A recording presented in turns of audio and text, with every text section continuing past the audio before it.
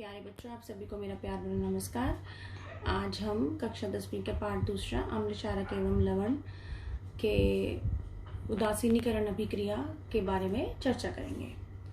सबसे पहले हम इसके लिए एक एक्टिविटी करते हैं और इसमें हमने एक टेस्ट ट्यूब ली है जिसके अंदर मैंने NaOH, जिसको क्या कहते हैं सोडियम हाइड्रोक्साइड, डाला है। इसका कोई कलर नहीं होता, ये रंगहीन है। अब मैं तुम्हें एक बताना चाहूंगी सूचक। फिनोल्फ्थालीन एक सूचक है जिसे जब हम क्षारकीय किसी पदार्थ में डालते हैं तो वह गुलाबी रंग देता है और किसी अम्लीय पदार्थ में डालते हैं तो वह कोई रंग में परिवर्तन नहीं दिखाता है, यानी रंगहीन ही रहता है। अब मैं इस टेस्ट ट्यूब में सोडियम हाइड्रोक्साइड डाला है जिसका कोई कलर नहीं है। इसमें जब मैंने फिनोल्फ्थालीन डाली तो इसका रंग क्या हो जाएगा? गुलाबी। गुलाबी से हमें ये पता लगता है कि ये सोडियम हाइड्रोक्साइड एक क्षारकीय पदार्थ है। अब इसमें मैंने जैसे ही कुछ बूंदे सोडियम हाइड्रोजन क्लोराइड की डाली तो कलर जो है गुलाबी कलर गायब हो गया, रंगहीन हो गया। ये कैसे हुआ? क्योंकि सोडियम हाइड्रोक्साइड के साथ हाइड्रोक्लोरिक एसिड ने अभिक्रिया की और अब वह क्षारकीय नहीं रहा, अब वह उदासीन हो गया और उदासीन होते ही उसका गुलाबी रंग गायब हो गया। अब मैंने फिर इसके अंदर कुछ बूंदे सोडियम हाइड्रोक्साइड की डाल दी। अब जब इसमें मैंने सोडियम हाइड्रोक्साइड की कुछ बूंदे डालकर फिर फिनोल्फ्थालीन इंडिकेटर डाला, फिर गुलाबी रंग आ गया। मतलब अब फिर से ये विलयन क्षारकीय हो गया था। चलिए थोड़ा इसको विस्तार में समझते हैं। जब भी कोई अम्ल क्षारक से अभिक्रिया करता है तो लवण और जल बनता है। इस बारे में तुम कक्षा 7वीं से पढ़ते आ रहे हो, लेकिन अब इसको विस्तार पूर्वक हम 10वीं में पढ़ेंगे। सबसे पहले हमने जो पिछले पाठ में पढ़ा उसको हम एक बार दोहरा लेते हैं। अम्ल दो प्रकार के होते हैं, प्रबल अम्ल, दुर्बल अम्ल, स्ट्रॉन्ग एसिड, वीक एसिड। प्रबल अम्ल कौन से हैं?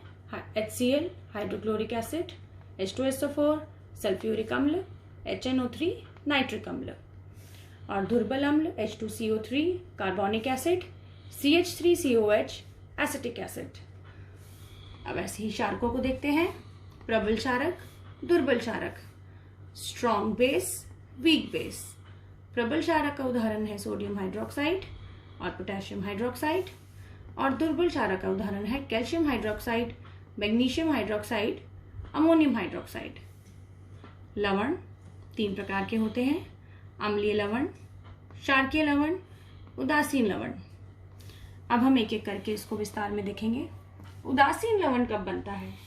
जब प्रबल अम्ल और प्रबल क्षारक एक दूसरे से अभिक्रिया करें या दुर्बल अम्ल और दुर्बल क्षारक एक दूसरे से अभिक्रिया करें।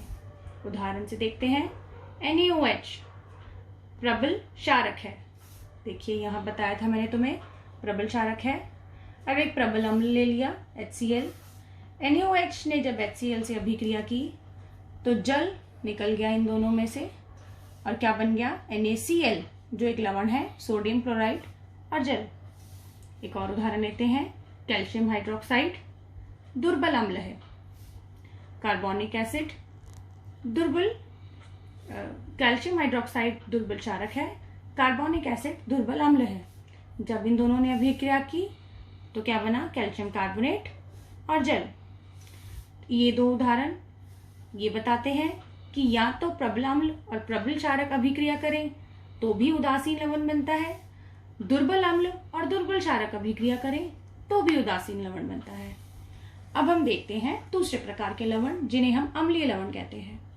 अम्लीय लवण तब बनते हैं जब हमारा अम्ल प्रबल हो और क्षारक दुर्बल हो। उदाहरण से लेते हैं। प्रबल अम्ल का उदाहरण HCl, दुर्बल क्षारक का उदाहरण कैल्शियम हाइड्रोक्साइड। जब इन दोनों ने अभिक्रिया की तो लवण बनकर आया कैल्शियम क्लोराइड और जल निकल गया। कैल्शियम क्लोराइड एक अम्लीय लवण है। दूसरा उदाहरण लेते हैं। प्रबल अम्ल HCl, दुर्बल क्षारक अमोनियम हाइड्रोक्साइड। जब दोनों ने अभिक्रिया की वही होगा हर बार, जल निकल जाता है, अमोनियम क्लोराइड और जल बन जाएगा। तीसरे प्रकार के लवण क्षारकीय लवण। ये तब बनते हैं जब हमारा क्षारक प्रबल हो और अम्ल दुर्बल हो। प्रबल क्षारक का उदाहरण सोडियम हाइड्रोक्साइड, दुर्बल अम्ल, कार्बोनिक एसिड। रिएक्ट करेंगे, बनेगा सोडियम कार्बोनेट और जल। दूसरा उदाहरण लेते हैं, प्रबल क्षारक पोटेशियम हाइड्रोक्साइड, दुर्बल अम्ल, कार्बोनिक एसिड एक दूसरे से अभिक्रिया करेंगे और बनेगा पोटेशियम कार्बोनेट और जल। अब हम थोड़ा सा और ध्यान देते हैं, एक्स और वाई। एक्स और वाई क्या दर्शा रहा है? किसी भी लवण का नाम, जिसमें एक्स होता है क्षारक का प्रथम नाम, वाई होता है अम्ल के अंतिम मूलक का नाम। एक्स धनायन प्रकृति होती है, वाई ऋणायन प्रकृति का होता है।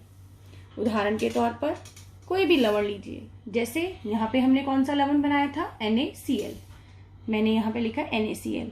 अब तुमसे पेपर में क्वेश्चन पूछा जाता है कि NaCl में कौन सा क्षारक इस्तेमाल हुआ है और कौन सा अम्ल इस्तेमाल हुआ है, तो तुम्हें इसके लिए क्या याद रखना है? ये जो मैंने ऊपर लिखा है, पहला नाम, पहला क्या है? X, दूसरा क्या है? Y। X क्या है? क्षारक का प्रथम नाम, तो Na से तुम्हें याद होना चाहिए कौन से क्षारक की बात हो रही है? NaOH। इसमें केवल तुमने इसका प्रथम नाम लेना है।